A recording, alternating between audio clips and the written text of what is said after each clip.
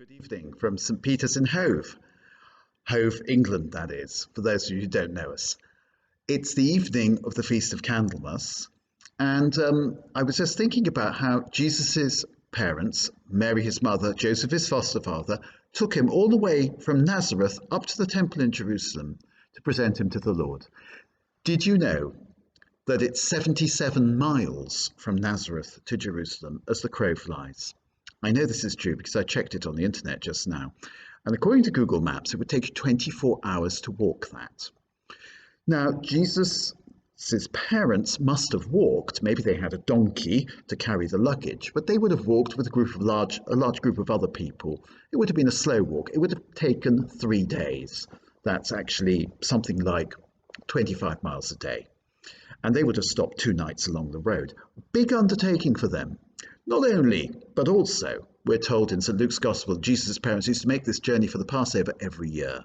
Why? Why were they so keen to go up to Jerusalem? Well, because Jerusalem was the home of the temple, and the temple was a place where God dwelt in the Holy of Holies. So it was their very strong desire to be in the presence of the God of Israel, the living God, the one true God, who was there in his temple. And of course, the Jews only had one temple.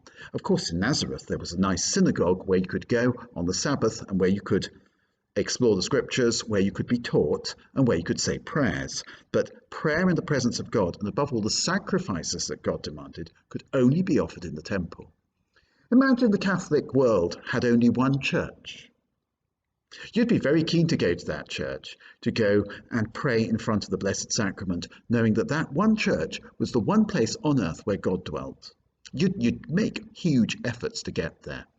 Well, as a matter of fact, the good news is there is a Catholic church in virtually every part of the world these days. There are a few places where sadly there aren't, but most places, for example in Great Britain, you're never more than about a couple of miles from a Catholic church usually. And here we are in a Catholic church. What makes a Catholic church special is the tabernacle. As you can see, it's behind me there. The tabernacle in which dwells Jesus Christ, the Son of God, the second person of the Blessed Trinity, God with us, Emmanuel. Just as Jesus' parents, his mother Mary, his foster father Joseph, were so drawn to the temple that they walked for 77 miles every year to go up to the temple, so too I think we should feel the same interior compulsion to be in the presence of God. Now, that was a 3-day journey, 25 miles a day. And of course, what do people do when they're going on a long hike? Well, they sing. And if you if you've got the Bible in front of you, some of the hymns of the ancient Israelites, that is to say the Psalms, are called songs of ascent, the song of going up. And you always went up to Jerusalem because it was very high. You were going up to the holy place where God dwelt. One of those Psalms is a really beautiful one. It's this: I rejoiced when I heard them say, let us go to God's house. And now our feet are standing within your gates, O Jerusalem.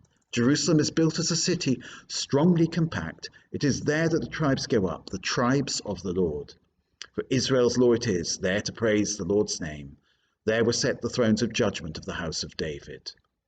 Anyway, it was joy that they felt. And this is the song they would have burst into, Mary and Joseph and all the people with them, when they entered the temple. I rejoiced when, and now our feet are standing within your gates, O Jerusalem. We need to feel that joy. I think Christianity is a religion of duty. Yes, we do our duty, but it's joy that drives us on. Anyway, have a happy evening and rejoice. It's the Feast of Candlemas. All the very best. Bye.